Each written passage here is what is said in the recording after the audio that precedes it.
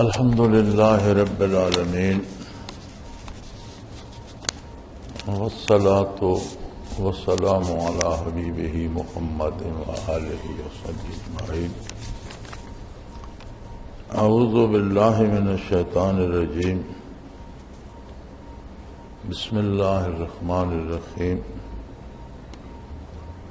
خلق لكم من أنفسكم أزواجا لتسكنوا إليها وجعل بينكم مودة ورحمة. اللهم سبحانك لا علم لنا إلا ما علمتنا إنك أنت العليم الحكيم. مولاي صل وسلم دائما أبدا على حبيبك خير الخلق كلهم. انسان چونکہ اللہ کریم کی بہترین تخلیق ہے اور اشرف المخلوقات ہے،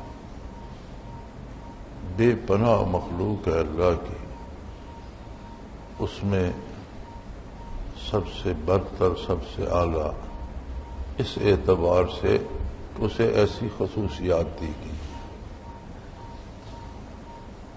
لیکن یہ یاد رہے کہ باقی مخلوق میں جیسے فرشتہ ہے یا جانور ہیں یا کیڑے مکوڑے ہیں یا کوئی کسی طرح کی مخلوق ہے، پانی ہے، آگ ہے، ان میں جو خصوصیات ہیں وہ انہیں عطا کر دی گئی ہیں، ودیت کر دی گئی ہیں، ان میں سمو دی گئی ہیں. وہ اپنا کام اس کے مطابق فطری طور پر کرتے رہتے ہیں. ہوا کو اپنا کام کرنا ہے، بادل کو اپنا کرنا ہے، سورج کو اپنا کرنا ہے، جانوروں کو اپنی فطرت کے مطابق وقت بسر کرنا ہے. انسان ایک بہت خوبصورت تخلیق ہے اور اسے اختیار دیا گیا ہے. باقی مخلوق بے اختیار ہے. انسان ایسی مخلوق ہے کہ اس کے بعد دوسرے درجے پر جنات ہیں، ان کے پاس بھی اختیار تو ہے، لیکن انسان والی معرفت الہی کی عظمت ان کے پاس نہیں ہے. کردار میں وہ بھی مکلف ہے، اور چونکہ ان کے پاس معرفت الہی کا وہ معیار انہیں عطا نہیں کیا گیا، اس لیے قرآن حکیم میں سورہ جن میں جہاں ذکر آتا ہے وہاں وہ فرماتے ہیں کہ اگر نیکی کرو گے، اللہ کی اطاعت کرو گے تو اللہ کے عذاب سے بچ جاؤ گے، نافرمانی کرو گے تو تمہیں عذاب دیا جائے گا. تو ان کا جن کی نجات ہوگی فنا ہو جائیں گے، جن کو عذاب ہوگا جب عذاب پورا ہوگا فنا ہو جائیں گے. ان کو دوام نہیں، اس لیے کہ ان کی روح عالم امر سے نہیں. یہ دوام انسان ایک ایسی مخلوق ہے جسے تخلیق کرنے کے بعد اللہ نے دوام عطا کر دیا. اس کی روح عالم امر سے ہے اور عالم امر کو فنا نہیں. امر صفات باری میں سے ہے، خلق میں فنا ہے. وَلَهُ الْخَلْقُ وَالْأَمْرُ، عالم خلق بھی اسی کا ہے اور امر بھی. امر میں فنا نہیں ہے. تو جب روح اور بدن اکٹھے رہیں گے تو اس روح کی وساطت سے بدن کو بھی کبھی فنا نہیں ہوگی. اگر اللہ اسے نجات دے گا تو جنت میں جائے گا، ہمیشہ رہے گا، اور اگر جہنم میں گیا کفر کے جرم میں تو وہاں بھی ہمیشہ رہے گا. اب اتنے بڑے نتائج جس زندگی سے نکلنے تھے، اس زندگی کی ابتدا اللہ کریم نے ایک ہستی سے فرمائی.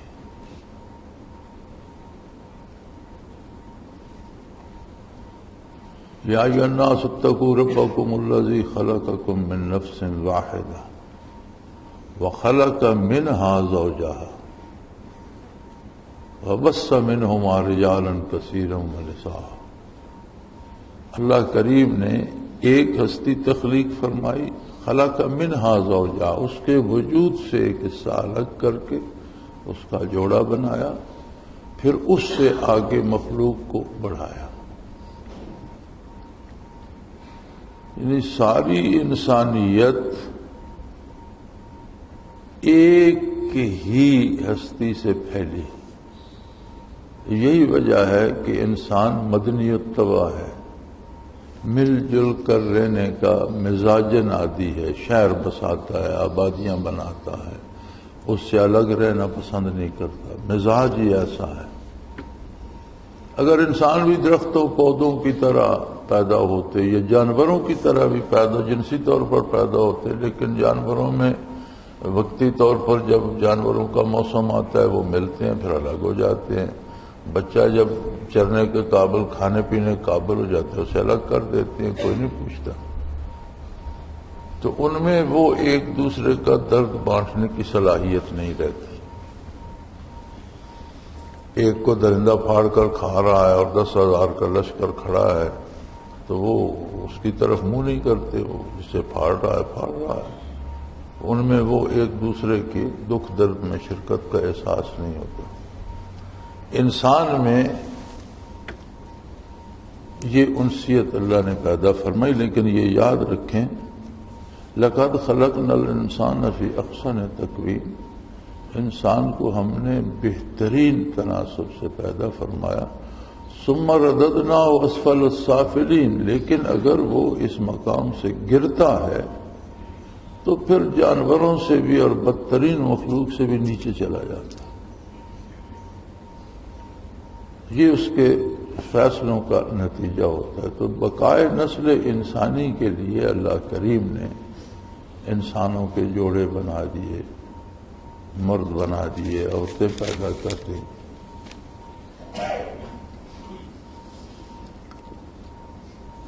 خلق لکم من انفسکم ازواجا، یعنی یہ نہ سمجھیں کہ عورت کو کم تر مخلوق ہے.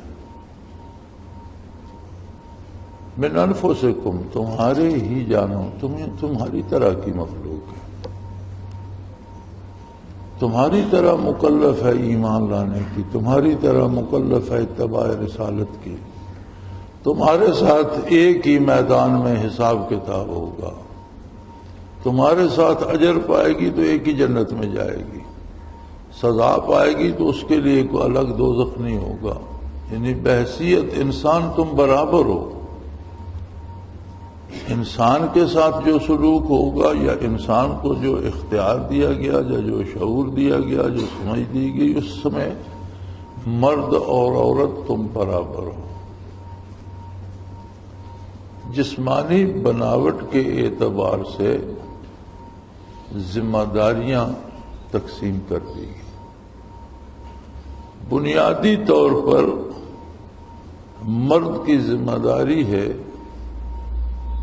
کہ وہ باہر کا سارا کام کرے، گھر کی حفاظت سے لے کر ملک کی حفاظت تک دفاع کا ذمہ دار مرد ہے.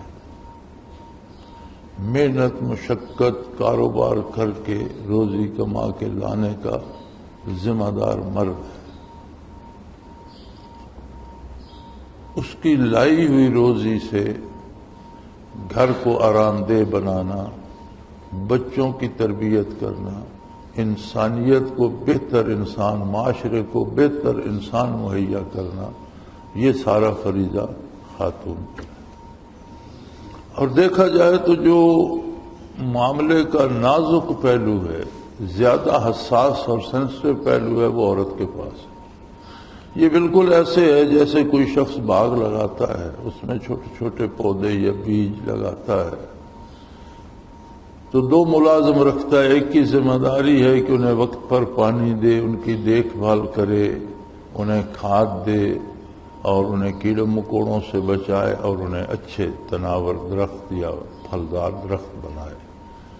دوسری کی ذمہ داری ہے کہ اس کی گوڈی کرے، محنت کرے، اس کے گرد باڑ لگائے، دور سے پانی کی نالی بنا کر لے آئے، وہاں تک پانی پہنچائے. یعنی یہ جو باہر کا مشقت کا کام ہے، محنت کا، سختی کا کام ہے، وہ مرد کے ذمہ لگایا گیا کہ اس کا وجود ایسا ہے کہ وہ محنت مشقت سختی برداشت کر سکتا ہے. جو نازک اور حساس کام تھا، جو شخص جسے انسان کو، مرد کو جب وجود سخت دیا گیا تو اس کا مزاج بھی سخت ہے، اس کی گفتگو میں بھی سختی ہوتی ہے۔ عورت کو مشقت کرنے کے لیے وجود نہیں دیا گیا، تربیت کرنے کے لیے دیا گیا، اس کی باتوں میں شفقت، رحمت، محبت، پیار وہ زیادہ ہوتا ہے۔ تو جو زیادہ نازک حصہ تھا کام کا وہ خاتون کے ذمہ کر دیا، اور جو محنت طلب اور مشقت طلب تھا وہ مرد کے حصے میں آیا۔ تو یوں نسل انسانیت کی بقا اللہ کریم نے آگے بڑھائی اور جاری رکھی۔ اب اگر یہ دونوں ایک دوسرے سے تعاون نہ کریں، باہر محنت کرنے والا پانی کی نالی لے کر آئے لیکن پانی بوٹوں کو دینے والا جو ہے وہ سویا رہے، بیٹھا رہے، وقت پر پانی نہ دے، وہ کھاد مہیا کرے وہ انہیں فراہم نہ کرے، وہ باڑ تو لگا دے لیکن انہیں کیڑے مکوڑے کھاتے رہیں اور وہ پرواہ نہ کرے، تو باغ تو نہیں لگے گا۔ اور اگر وہ کرنا چاہے اور باہر والا کچھ لا کر نہ دے تب بھی بات نہیں بنے گی۔ اب یہ دونوں میں جو ہے اتفاق و اتحاد کیسے ہو، دونوں ایک دوسرے کا احساس کیسے رکھیں؟ تو فرمایا وَجَعَلَ بَيْنَكُمْ مَوَدَّةً، تم دونوں میں محبت پیدا کر دی۔ ترجمہ تو مودہ کا محبت بن جاتا ہے، لیکن یہ کیسی محبت ہے؟ محبت کا ہر لفظ کا ایک معنی قریب ہوتا ہے، ایک معنی بعید ہوتا ہے۔ معنی قریب کہتے ہیں جو لفظی معنی ہوتا ہے، معنی بعید ہوتا ہے جو اس کا نتیجہ نکلتا ہے۔ تو محبت کا نتیجہ کیا ہوگا؟ محبت کرنے والا جس سے محبت کرتا ہے اس کی بہتری چاہے گا، اس کی خوشی چاہے گا، اسے رنجیدہ برداشت نہیں کرے گا، اسے دکھی نہیں دیکھ سکے گا، اس کے لیے جو کچھ اس سے بن پڑا وہ کرے گا۔ تو یہاں ایک طرف نہیں فرمایا ہوا جعل بینکم مودہ، تم دونوں میں ایک دوسرے کی بہتری، ایک دوسرے کی بھلائی، ایک دوسرے کی خوشی دیکھنے کا جذبہ رکھ دیا میں۔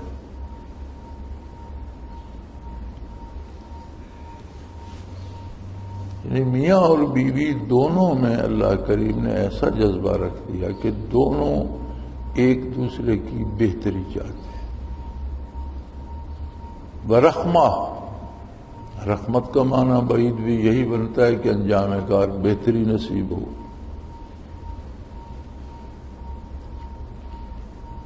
تو جہاں اطاعت الہی اٹھ جاتی ہے، ایمان کمزور پڑ جاتا ہے، وہاں سے یہ مودت اور رحمت بھی ختم ہو جاتی ہے۔ پھر ہوتا یہ ہے کہ میاں چاہتا ہے کہ میں بیوی کو تگنی کا ناچنا چاہوں، اور بیوی کہتی ہے کہ میں تمہیں سیدھا کر کے رکھوں۔ میاں بیوی ایک دوسرے کے ساتھ مقابلہ کرتے رہتے ہیں، جس کے نتیجے میں اولاد تباہ ہو جاتی ہے اور زندگی جانوروں سے بدتر ہو جاتی ہے۔ یہی مسئلہ مغرب کا ہے، کیونکہ دین نہیں ہے، ایمان نہیں ہے۔ میں کراچی کے ایک مدرسے میں گیا تو مجھے ایک لڑکا ملا، وہ سویڈن سے تھا اور وہاں پڑھ رہا تھا کہ مسلمان ہو گیا، پھر پھرتے پھراتے کسی سے ملا، اس نے اسے وہاں بھیج دیا، تو جامع بنوریا میں زیر تعلیم تھا۔ تو میں وہاں حاضر ہوا تو میری اس سے ملاقات ہو گئی، بیٹھا وضو کر رہا تھا، تو میں اس سے پوچھتا رہا کہ تم کیسے مسلمان ہوئے، کیا ہوا، تمہارے والدین کہاں گئے؟ تو کہنے لگا والدین کے بارے میں مجھے کچھ علم نہیں۔ کیوں؟ تو کہنے لگا جب تک بچے کو وظیفہ ملتا رہتا ہے والدین ساتھ رکھتے ہیں، جب میں 16 سال کا ہوا تو میرا وہ سرکاری وظیفہ بند ہو گیا، اور اس کے الفاظ تھے they kicked me out and shut the door، انہوں نے مجھے دھکا دے کر باہر نکالا اور دروازہ بند کر دیا کہ اب اپنا کماؤ کھاؤ، تمہارے لیے جو سرکاری وظیفہ آتا تھا وہ کر لو۔ جوان بچیوں کو نکال دیتے ہیں اور کہتے ہیں اگر گھر میں رہنا ہے تو کھانے کا خرچ اتنا ہوگا، بیڈ روم کا کرایہ اتنا ہوگا، کہاں سے لاتی ہو یہ تمہارا مسئلہ ہے، یہ پیسے دے سکتی ہو تو گھر میں رہو، نہیں دے سکتی تو جاؤ اپنا کو گھر تلاش کرو۔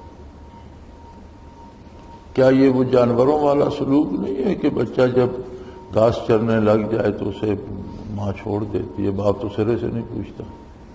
یا پرندوں کے بچے جب وہ خود اڑنے کے قابل ہو گئے تو پھر ان میں کوئی رشتہ داری نہیں رہتی۔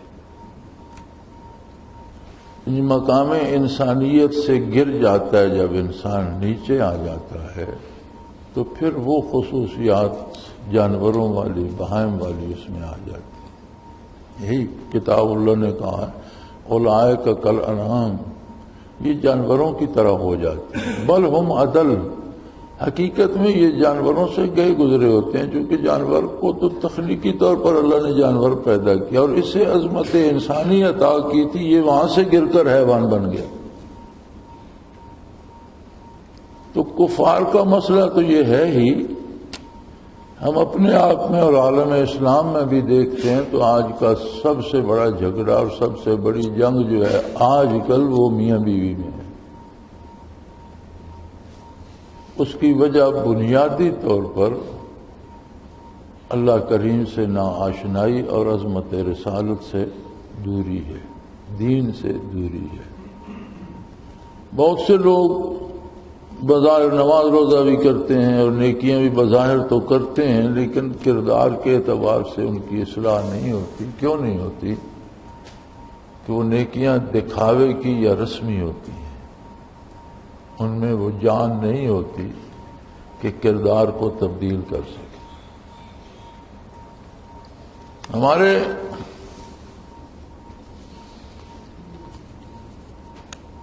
جو برائے نام عالم ہیں اور یہ وہ لوگ ہیں جنہوں نے دین کو پیشہ بنا لیا ہے، کوئی بھی چیز جب وہ پیشہ بن جاتی ہے تو پیشے کے تقاضے کچھ اور ہوتے ہیں۔ اب دکانداری پیشہ ہے تو پیشے کے تقاضے کچھ اور ہوتے ہیں، دکاندار کے پاس گاہک جائے گا، وہ اس کی گرم سرد بات بھی سن لے گا، اسے چیزیں دکھائے گا، وہ خریدے نہ خریدے، وہ ایک کپڑے کے دکاندار سے 25 تھان کھلوا لے گا، وہ خوش دلی سے کھولتا رہے گا، وہ نہیں خریدتا چلا جائے، دوسرا آئے گا وہ خرید لے گا، وہ اس سے لڑنے نہیں لگ پڑے گا کہ اتنے تھان کھلوائے خریدا کچھ نہیں، یا یہ میں 2 کھول چکا ہوں تیسرا نہیں، کبھی ایسا کہتا ہے؟ کیوں نہیں کہتا؟ اس کی کوئی رشتہ داری تو نہیں ہے، اس کے پروفیشن کا، پیشے کا تقاضا ہے، اگر نہیں کرے گا تو اس کا کام نہیں چلے گا۔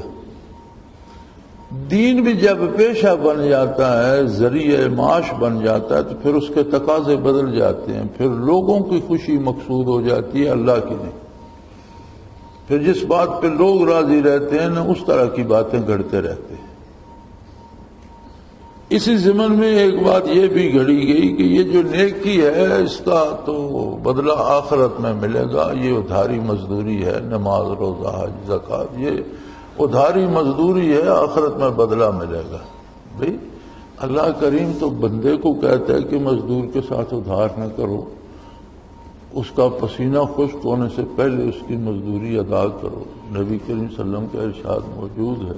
تو بندہ جو محتاج ہے وہ پہلے طے کرے کہ اجرت کیا دوں گا، کام کیا کرو گے، پھر اس کا پسینہ خشک ہونے سے پہلے اجرت عطا کرے، تو اللہ جو رب العالمین ہے خود ادھار کرتا ہے۔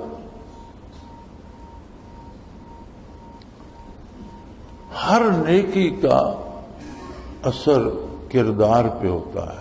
وہ آپ ایک نیک جملہ کہتے ہیں، نیکی سوچتے ہیں تو بھی کردار پہ اثر ہوتا ہے، اور نیکی پر عمل کرتے ہیں تو بہت زیادہ ہوتا ہے۔ جیسے قرآن کریم نے بتایا کہ عبادت کا ثواب کیا ہے، ان الصلاۃ تنہی عن الفحشاء والمنکر، اللہ کی عبادت بے حیائی اور برائی سے روک دیتی ہے، یہ اس کا ثواب ہے، اس کا اجر ہے کہ جب آپ اللہ اللہ کرتے ہیں، اللہ کی عبادت کرتے ہیں، روزہ رکھتے ہیں، حج کرتے ہیں، صلاۃ ادا کرتے ہیں، ذکر کرتے ہیں، تو نتیجہ کیا ہوتا ہے؟ ایک ایسی قوت، ایک ایسی لگن اندر آ جاتی ہے جو بے حیائی اور برائی سے بچا لیتی ہے، بندہ برائی چھوڑ کے نیکی کی طرف آ جائے۔ تو اعمال پہ اس تعلق کا اثر پڑتا ہے جو ہمارا اللہ کے ساتھ ہوتا ہے۔ جب اللہ کے ساتھ تعلق ہوتا ہے تو پھر گھر میں بھی شفقت ہوتی ہے، بیوی کے ساتھ بھی پیار ہوتا ہے، بچوں کی تربیت کی فکر بھی ہوتی ہے۔ اور اگر ادھر سے ہی ٹوٹ گیا تو پھر جس طرح مغرب کا معاشرہ ہے اسی کی تصویر یہاں بھی بن جاتی ہے۔ میاں بیوی ایک دوسرے کے ساتھ لڑتے رہتے ہیں، بچے اسپائل ہوتے رہتے ہیں، تباہ ہوتے رہتے ہیں، دہشت گرد بن جاتے ہیں، دوسروں کو قتل کرتے پھرتے ہیں، ان میں وہ انسانی احساسات ہی مر جاتے ہیں، چوری ڈاکے کرتے پھرتے ہیں، تباہی کرتے پھرتے ہیں۔ تو وہ اس آیہ کریمہ میں فرمایا گیا کہ زندگی کرنے کا سلیقہ یہ ہے کہ اللہ نے تمہارے برابر تمہارے جیسے انسان ہی کو تمہارا جوڑا بنایا ہے۔ فرائض اپنے اپنے ہیں، ایک ہی شخص کے ملازم ہیں دو، ایک ہی باغ کو سینچ رہے ہیں، ایک کی ڈیوٹی اندر کی ہے، ایک کی باہر کی ہے، سوائے مخصوص حالات کے۔ مستثنیات تو ہر جگہ ہیں، سوائے استثنیات کے بنیادی طور پر خاتون خانہ کی ذمہ داری گھر کی آبادی، بچوں کی دیکھ بھال اور نیک اور صالح افراد معاشرے کو مہیا کرنا ہے، اور مرد کی ذمہ داری ان کی ضروریات کی تکمیل اور انہیں تحفظ فراہم کرنا ہے۔ اب جب دونوں میں مودت ہوگی، مودت ایک جذبہ خیر خواہی کو کہتے ہیں، اور یقیناً یہ محبت سے ہی ہوتا ہے، دشمنی سے تو نہیں ہوتا،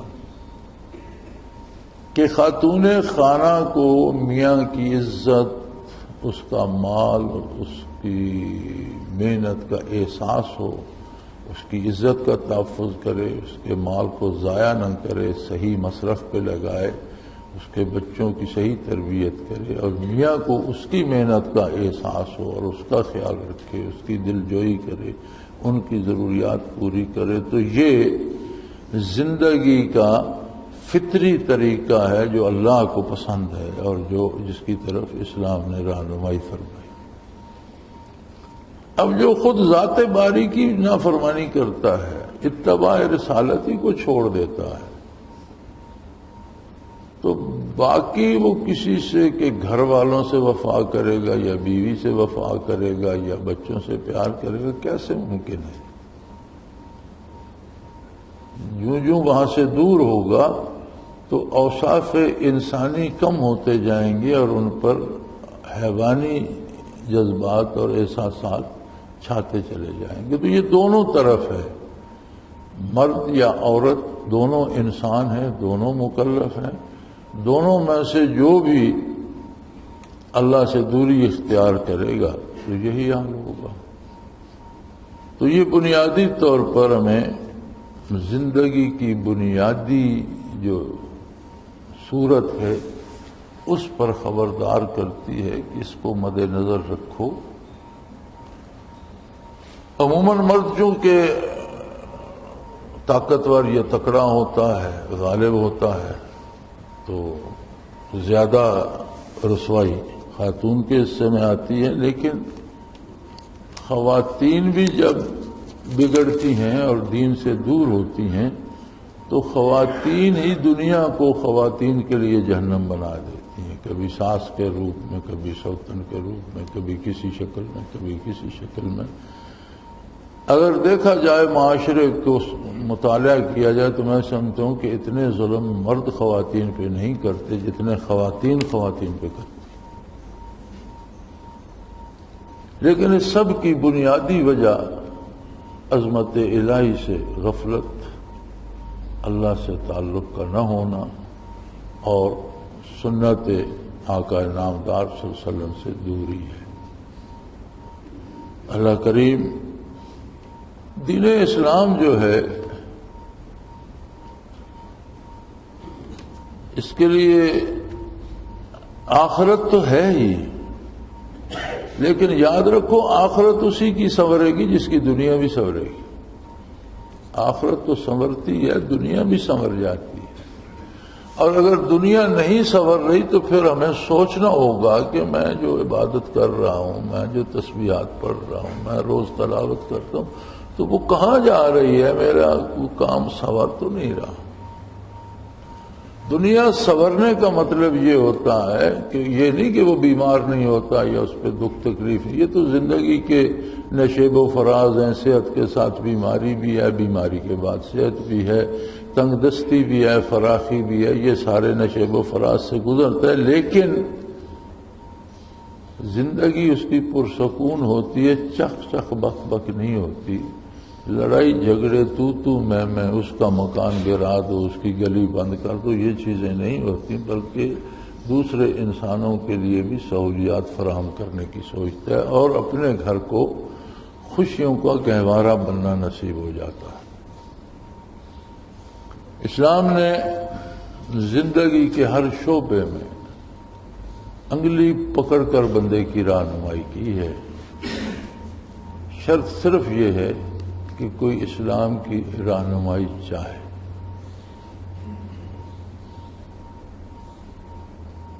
جو منہ پھیر کے چل دے اسے پیچھے سے پکڑتا نہیں ہے، لیکن اسے نتائج بھگتنا پڑتے ہیں. آج ہم جس جگہ کھڑے ہیں اور جتنا زور ہم حالات کو ٹھیک کرنے کے لیے لگا رہے ہیں، اس کی بنیادی وجہ صرف اور صرف دین سے دوری ہے. اگر آج بھی ہم واپس آ جائیں حق کی طرف، سچ کی طرف، ہر بندے کے حقوق کا لحاظ رکھا جائے، ہر بندہ اپنے فرائض ادا کرے، جو جس معیار کا بندہ ہے اس کے حقوق اور فرائض کا تعیین کی جائے اور اپنی حد میں رہے، تو آج بھی سب کچھ سنور جاتا ہے، کچھ مشکل نہیں ہے. لیکن اگر ہم گولی کو گولی سے ٹھنڈا کرنا چاہیں گے تو شاید یہ بہت لمبا کام ہوگا. یہ ایک دو دن میں ختم نہیں ہوتا. اس میں قومیں ختم ہو جاتی ہیں اور یہ مقابلے ختم نہیں ہوتے. یہ کوئی علاج نہیں ہے کہ دہشت گردی ہے تو پھر گولیاں چلانا شروع کر دو، ادھر سے گولی چل رہی، ادھر سے بھی گولی چل رہی ہے. آج بھی لوگوں کو حقوق دیے جائیں، زندہ رہنے کی سہولتیں دی جائیں، جو ٹیکس لیے جاتے ہیں وہ پبلک کو لوٹائے جائیں، بچوں کو مفت تعلیم دی جائے اور تعلیم کا اہتمام کیا جائے، بیماروں کا علاج ہو، شفاخانے کام کریں، بے روزگاروں کو روزگار مہیا کیا جائے، تو کون پاگل ہے کہ وہ اٹھ کر دہشت گردی کی طرف دوڑ پڑے گا؟ لیکن ایک طرف عیاشی ہو اور کتے بھی بسکٹ کھائیں اور دوسری طرف بچے بھی ایک ٹکڑے روٹی کے لیے ترس رہے ہیں اور رو رہے ہوں، تو پھر دہشت گردی ہوگی، لوگ لڑیں گے. تو ہمارا بنیادی مسئلہ میری رائے میں دین سے دوری ہے. اللہ ہمیں توفیق دے، ہم دین کو سمجھیں اور اس پر عمل کی توفیق نصیب ہو تو حالات آج بھی سنبھل سکتے ہیں. وآخر دعوانا ان الحمدللہ رب العالمین. الحمدللہ رب العالمین والصلاة والسلام علی حبیبہ محمد. اللہم ربنا لا تقتلنا بغضبک ولا تہلکنا بعذابک واعف عنا قبل ذلک. اللہم ربنا لا تسلط علینا من لا يرحمنا انت ولینا فی سفرنا وحضرنا فی مالنا وآلنا انت ولینا فی الدنیا والآخرہ. توفنا مسلمین والحقنا بالصالحین. اللہم ربنا علیک توکلنا والیک انبنا والیک المصیر. اللہم ربنا سلنا امورنا کلها فی دیننا ودنیانا. رب یسر رب یسر رب یسر ولا تعسر تمام الخیر. اللہم انصر الاسلام والمسلمین. اللہم ایدنا وصلی اللہ تعالی علی حبیبہ محمد وآلہ وصحبہ.